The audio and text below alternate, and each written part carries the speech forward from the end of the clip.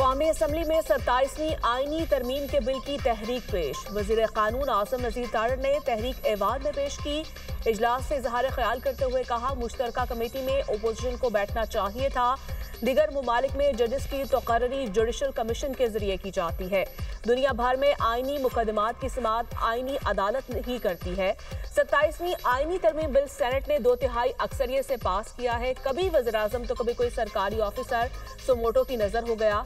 इससे कबल पार्लियामान के मुत्तफिका फैसलों को तब्दील किया जाता रहा। आईनी अदालत से केसेस में जो वक्त जाया होता है वो नहीं होगा।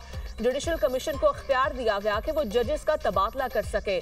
अगर जज साहब इनकार करते हैं तो वो रिटायर तस्वुर होंगे। देखा जाएगा कि जज को कितने माह या साल कहीं तबादले पर भेजा जाता है। सूबों के मामलात आईनी मुकदमात आईनी अदालत ही देखेगी। सुप्रीम कोर्ट दीवानी मुकदमात समेत कुल 62,000 से ज्यादा मुकदमात सुनेगी।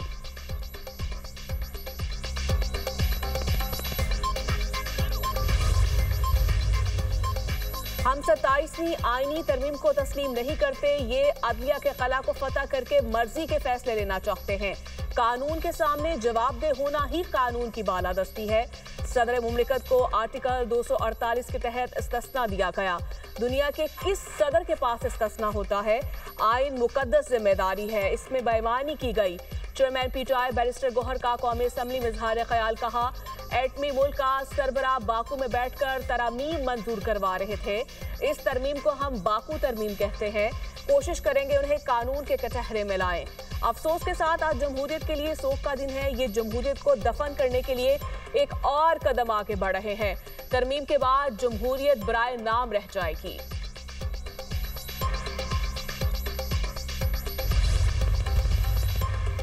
ओपोजिशन में बैठे लोगों को अक्सर जमहूरी अमल नजर नहीं आता। पीटीआई दौर में पार्लियामेंट का इस्तेहकाक बहुत गिराया गया।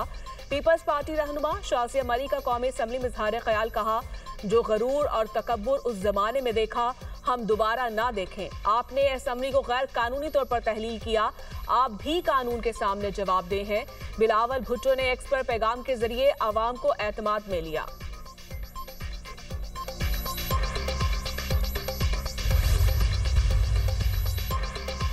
27वीं आईनी तरमीम में आवाम के लिए कुछ नहीं, अदालतों को इंतजामिया के मातहत किया गया।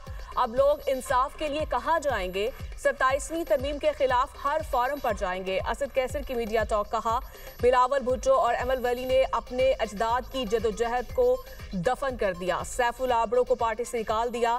उनके खिलाफ कार्रवाई करेंगे।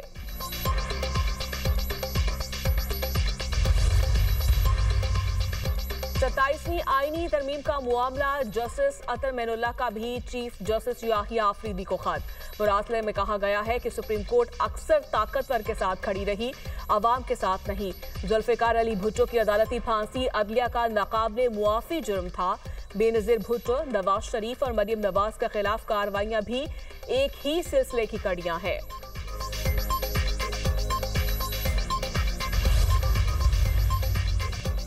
पाकिस्तान अपनी खुद मुख्तारी और इलाकाई सालमियत के तहफ़्फ़ुज़ के लिए पुरअज़्म।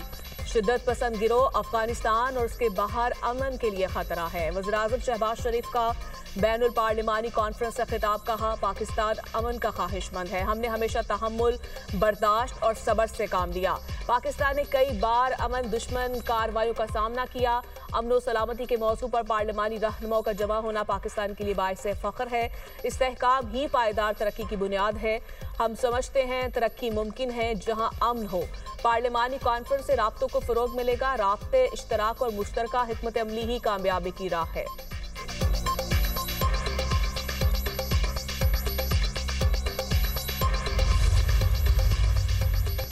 दुनिया में मसाइल का हल मुज़ाकरात के जरिए ही मुमकिन है। इंसानियत को कई तरह के पेचीदा चैलेंजेस का सामना है।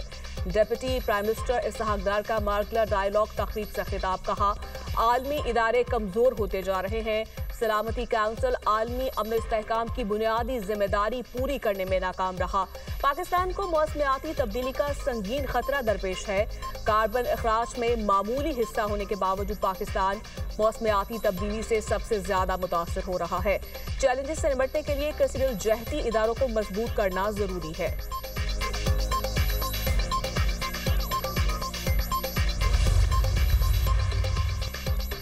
भारत के सियासी रहनुमाओं ने नई दिल्ली धमाके को इंतखाबी फॉल्स फ्लैग ऑपरेशन करार दे दिया। भारतीय सहाफी भी बीजेपी हुकूमत पर उंगलियां उठाने लगे। भारतीय सहाफी शालिनी शुक्ला और रवि का कहना है कि जब भी बीजेपी सियासी दबाव में आती है तो दहशतगर्दी या धमाकों का ड्रामा रचाया जाता है और इल्जाम पाकिस्तान पर लगा दिया जाता है। कांग्रेस रुकन पार्लियामेंट ने इंकशाफ किया कि धमाका बिहार इंतखाबात से कबल एक मुतवक्के सियासी इक़दाम था। सोशल मीडिया पर हजारों भारतीय शहरियों ने बीजेपी पर सियासी मुफाद के लिए फॉल्स फ्लैग ऑपरेशंस के इल्जामात लगाए और यशवंत ने कहा कि बीजेपी ने इंतखाबी फायदे के लिए धमाके करवाए। तज्जियाकारों के मुताबिक लाल किला धमाके के बाद पाकिस्तान को मुलविस ठहराना बीजेपी का पुराना हरबा है।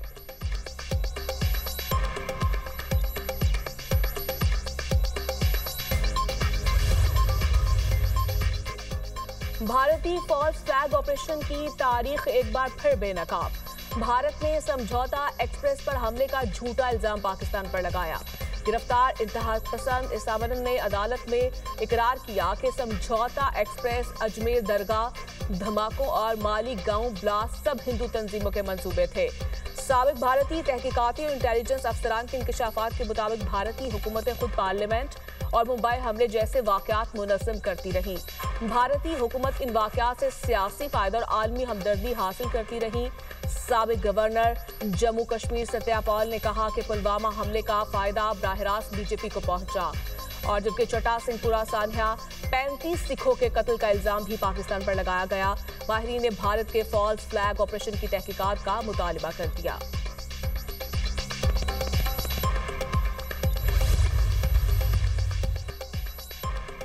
वाना कैडेट कॉलेज के अंदर मौजूद 3 खारजियों के खिलाफ ऑपरेशन जारी। दहशतगर्दों का ताल्लुक अफगानिस्तान से बताया जा रहा है। तीनों खारजी मुसलसल फोन पर अफगानिस्तान से हिदायत ले रहे हैं।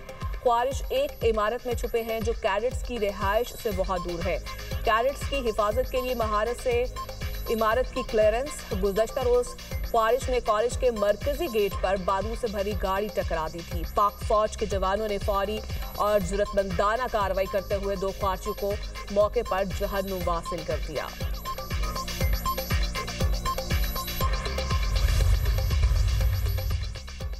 पाक आर्मी ने तीसरी inter services combat shooting championship 2025 जीत ली। तमाम 4 इंटर सर्विसेज मैचेस में कामयाबी हासिल की। सिपाही मोहम्मद इरफान मास्टर 8 आर्म्स करार। जेहलू में 45वीं Pakistan army rifle association central meet की इख्तितामी तकरीब। फील्ड मार्शल सैदात सिंह मुनीर तकरीब के मेहमान खुसूसी थे। मुकाबले में पाक फौज, फिजाइया, बहरिया, सिविल आर्म फोर्सेज और सूबाई टीमों की भरपूर शिरकत। 45वें PARA सेंट्रल मीट में 2000 से ज्यादा शूटर्स ने हिस्सा लिया। फील्ड मार्शल ने शुरुका की बेहतरीन निशानाबाजी को सराहा। कहा, शूटिंग में महारत फौजी तरबियत का बुनियादी जुज़्व रहना चाहिए। फील्ड मार्शल सैदात सिंह मुनीर ने यादगार शोहदा पर फूल चढ़ाए।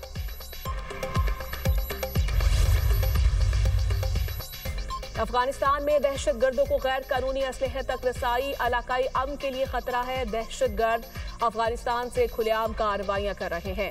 इन दहशतगर्दों को खित्ते के एक बड़े तकरीबी किरदार की पुष्पराही हासिल है। अक़वाम मुत्तहिदा में पाकिस्तान के मुस्तकिल मंदूब आसिम इफ्तिखार का खिताब।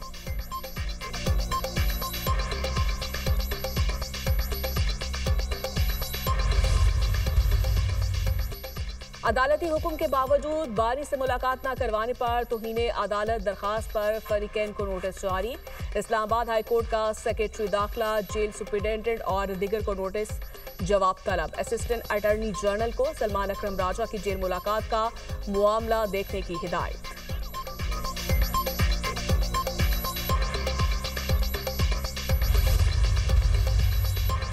संजानी जलसा केस शेख वकास अकरम के वारंट गिरफ्तारी जारी। AT से इस्लामाबाद का उमर अयूब और जरताज कुल का पासपोर्ट ब्लॉक करने का हुक्म। मजीद समाअत 3 दिसंबर तक मुलतवी। जज ताहिर अब्बास से पुराने केस की समाअत की।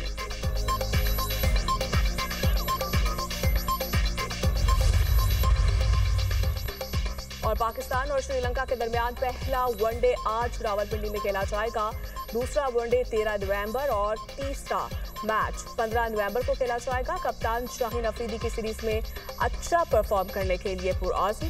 पाकिस्तान और श्रीलंका के दरमियान अब तक 157 वनडे मैचेस खेले जा चुके। 93 में ग्रीन शर्ट्स ने कामयाबी हासिल की। 59 मैचेस श्रीलंका के नाम रहे, 4 मैचेस बगैर नतीजा और 1 मैच बराबर रहा।